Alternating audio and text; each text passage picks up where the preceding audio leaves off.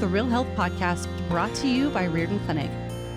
Our mission is to bring you the latest information and top experts in functional and integrative medicine to help you make informed decisions on your path to real health. Okay, everyone, thanks for joining us again for another episode of the Real Health Podcast. I am your host today, Dr. Lucas Timms, and I'm very excited to welcome our guest today, Megan Van Zyl. Megan is the owner and CEO of Cancer Peace University, an organization that has a goal of setting cancer patients free of the fear of cancer. Megan has a master's degree in human development counseling from Vanderbilt University, as well as an honorary PhD, and has been working with cancer clients for nearly 20 years now. She's also an author of several books, the most recent of which we'll be kind of diving into today, called Braving the Storm. So with that said, Megan, thank you so much for being with us. Thank you so much, Dr. Lucas, for having me today. I've really been looking forward to this interview. As have we. We're going to talk about some really important stuff today, important aspects of cancer care and addressing root causes of cancer that I don't think get talked about enough. So I think our audience will really appreciate the information you have to share. Mm-hmm. I want to start just by sort of letting you introduce yourself in terms of your journey and how you came to be to work in this field, and how you set up Cancer Peace University. Great. Thank you. That's perfect. So I initially, after receiving my master's in human development counseling, I initially worked with children with autism with ABA therapy. And it was through my journey with working with children with autism that my eyes were open to holistic healing, to the natural world of healing, because so many families I worked with were pursuing alternative modalities like chiropractic care, naturopathic doctors, functional medicine. And I started to incorporate that with my work with children with autism. And shortly after that, I had a friend diagnosed with breast cancer. She was only 47 years old. She was a single mom. She had 2 children with special needs, 3 children total. And she had a lot of stress in her life. And I became an advocate for her because of my work with children with autism. I started to do a lot of research for her and tried to come up with protocols for her because she didn't have a lot of finances to invest in her journey. So I really became an advocate for her. And I saw a lot of things that were hard to see in the cancer world. I saw that she didn't get adequate care, that when she would go to her oncologist, she would have like 5 minutes with the oncologist, and some of the recommendations were hard for her to process, and she wasn't able to answer the questions to understand why she developed breast cancer. So it was through that journey that I walked with her for about 1.5 years that led me to cancer. And unfortunately, she died of liver failure. And I really had a decision to make after grieving the loss of my friend. Was I going to continue in the field of autism and walk away from cancer, or was I going to walk that vulnerable path with cancer patients that I had walked with my friend? And I chose the latter. I chose to pursue cancer after that. Yeah, well, we're glad you did, and we're glad that led to you forming or becoming an author, writing books, working with many clinics, and forming this organization, Cancer Peace University. Tell us a little bit about sort of the mission of that and how that all came together. Yes, I'd love to. So Cancer Peace University really developed over years of me being in practice with cancer patients. And what I realized was several things. I realized that cancer patients were struggling to make treatment decisions because they didn't understand their diagnosis. And so many times cancer patients were becoming passive recipients of treatments with no active involvement in their own care. And that became a big concern of mine. And I remember the moment that I was working with a client with breast cancer. And after weeks and a couple months of telling her about why cancer develops in the body, she had this epiphany moment where she told me one factor of why she got cancer. She had a light bulb moment that shifted her process in a really positive way. She told me, she said, well, if I have cancer because of all of the toxins I've been exposed to, the liver congestion, why am I using a toxin to try to cure myself? And she ended up going through a process of really getting into spontaneous remission from breast cancer after she was able to be empowered to understand her diagnosis and make better treatment choices. And that really led me to this process of developing curriculum because I realized that there needed to be education. I realized I didn't have enough time with my cancer patients. I would have 90 minutes every 2 to 3 weeks with a cancer patient, and it wasn't enough time to educate them. So I started this path of building the curriculum. And then once I started to help clients move through the curriculum, I realized that I wanted to support integrative clinics because I know so many integrative clinics are doing great work on the physical side, but I saw such a need for emotional support, which is a lot of what I do with cancer patients.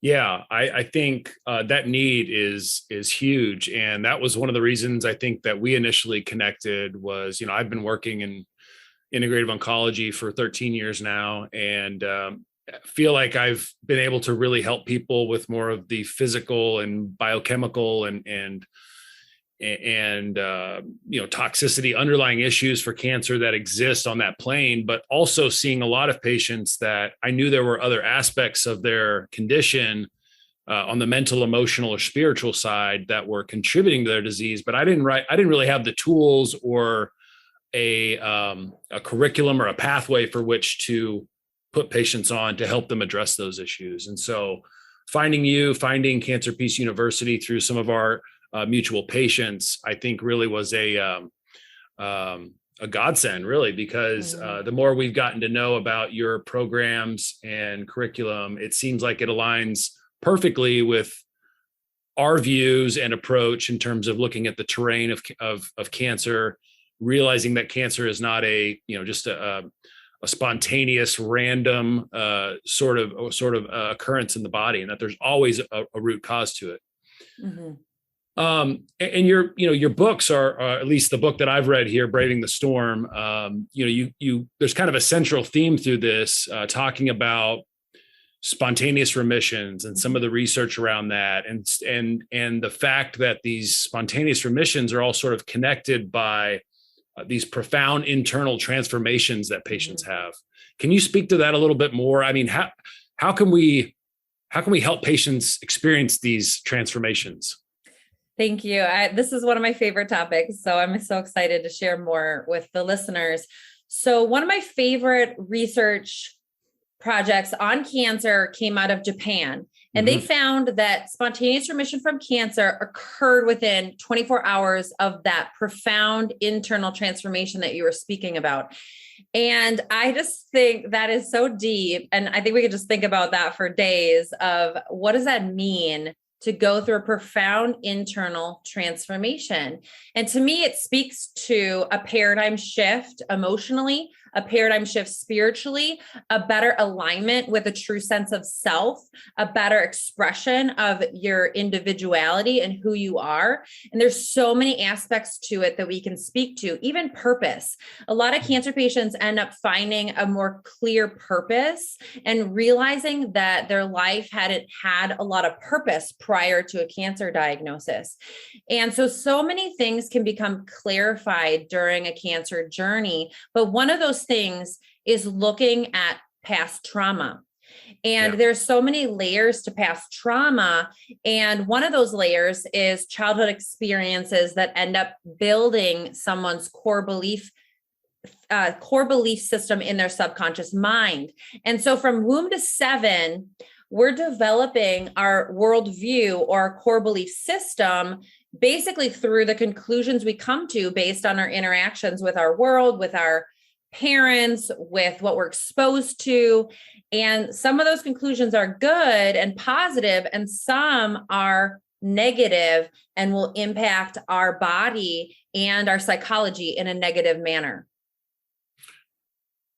Yeah, I think that's so fascinating that so early on in life, like that programming is happening, right? And so we think, when kids are so young, it's like, oh, we talk around them and we almost act like they're not there, right? Or we might have conversations and be making big life decisions, and the kids they're sponging all that up, right? And this is helping to form these neural pathways in their body, which connects not only their brain and their body, but their immune system, their interpersonal skills and relationships, and really helps us to see how that mind-body connection can affect everything that happens in our health and wellness.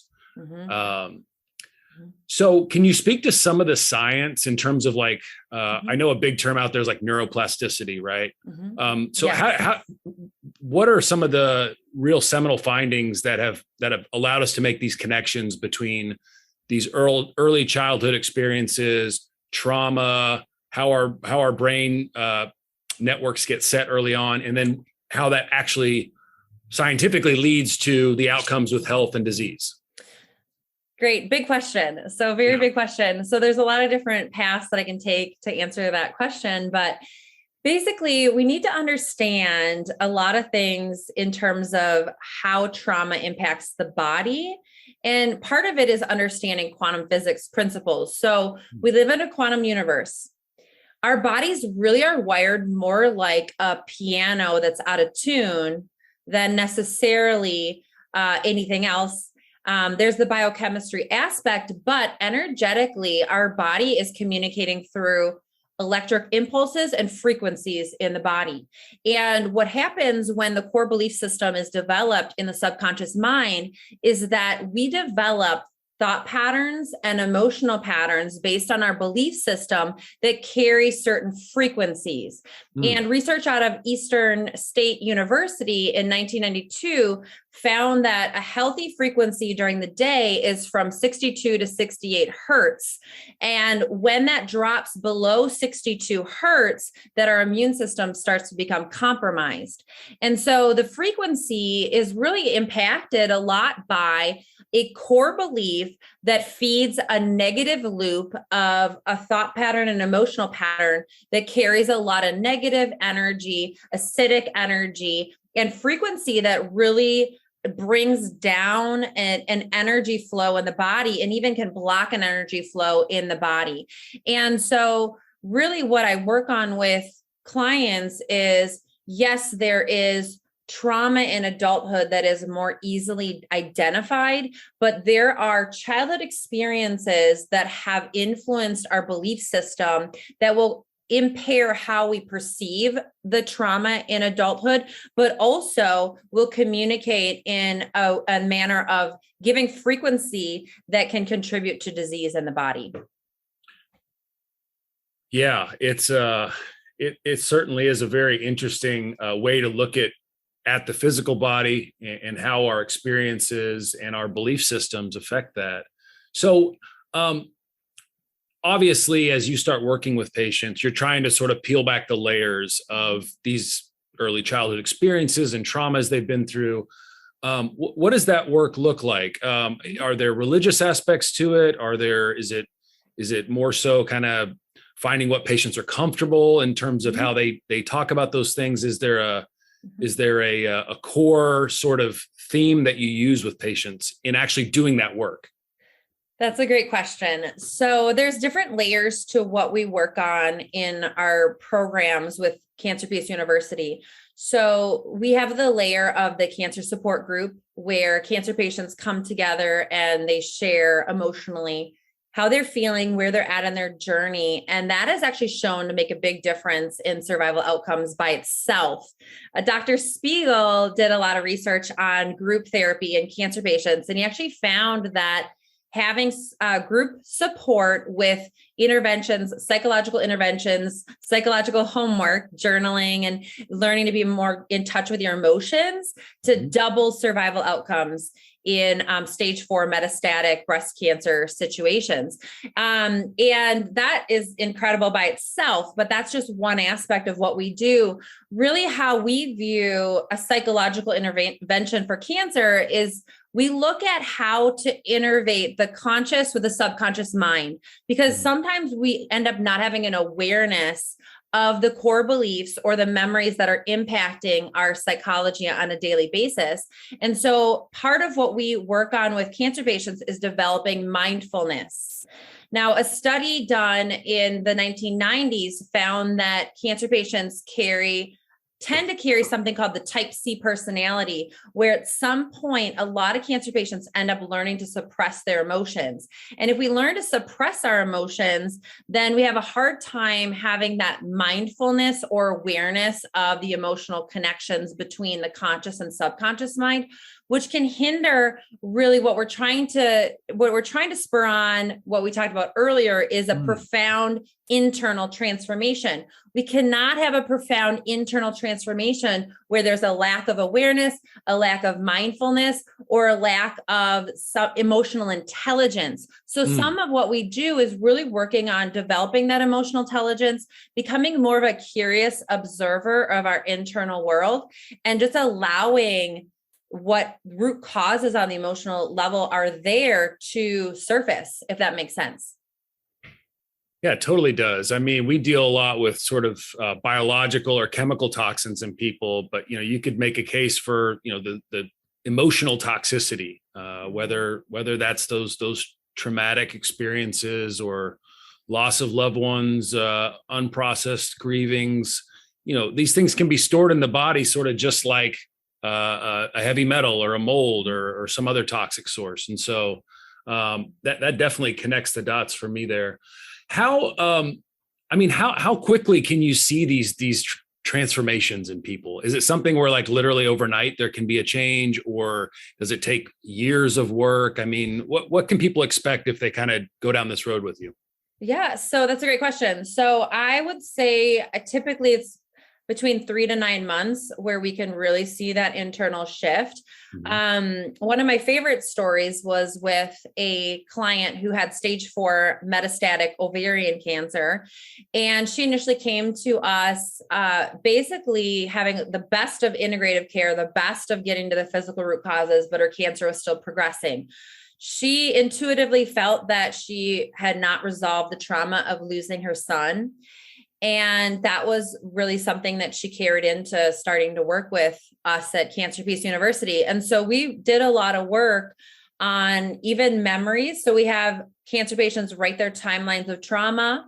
They write timelines of trauma from being a child, from when they're an adult.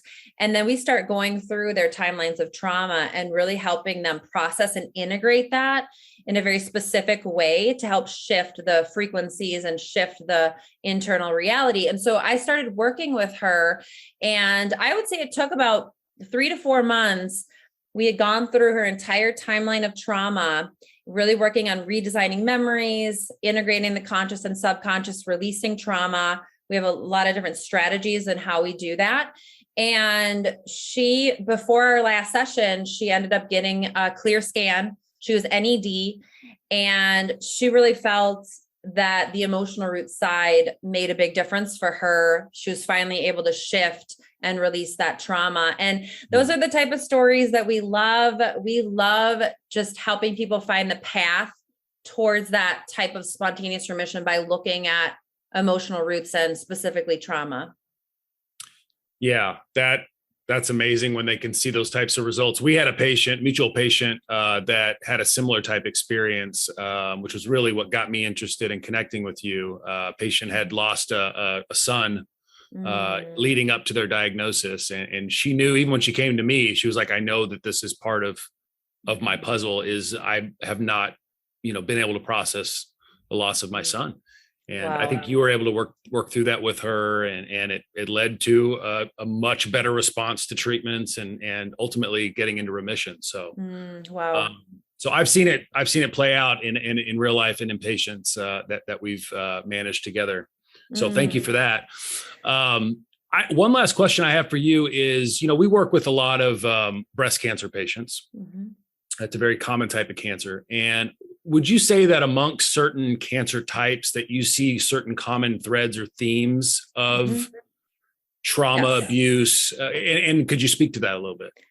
Yes, that's another great question. So because our overall goal is really to find the story, the emotional root story to the cancer, which does end up being very cohesive to your goal in finding the physical root cause. Our goal is really to build that story of why did you develop cancer on an emotional level? And different types of cancer end up manifesting in the body for different reasons. I love the work of Dr. Hammer because he really clarified a lot of this in his work in finding that when he would look at CT scans of the brain, he would actually be able to diagnose the cancer based on where there was a rippling effect in the brain connected to an area of the body. And he would say, well, this area of the brain is connected to this part of the body, so cancer must be manifesting here.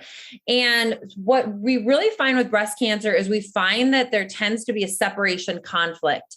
The separation conflict in a relationship can look different depending upon the person. It can be a separation from a spouse, from a child. It can be from the loss of a child. It can be either an abortion or the death of a child. It also can be the loss of a loved one, a spouse, or even the loss of a friendship. And even my friend that developed breast cancer so many years ago, I remember talking through the many relational losses she had. She grew up with a mother with MS, did not feel emotionally connected or nurtured by her mother because her mother had MS and couldn't properly care for her children.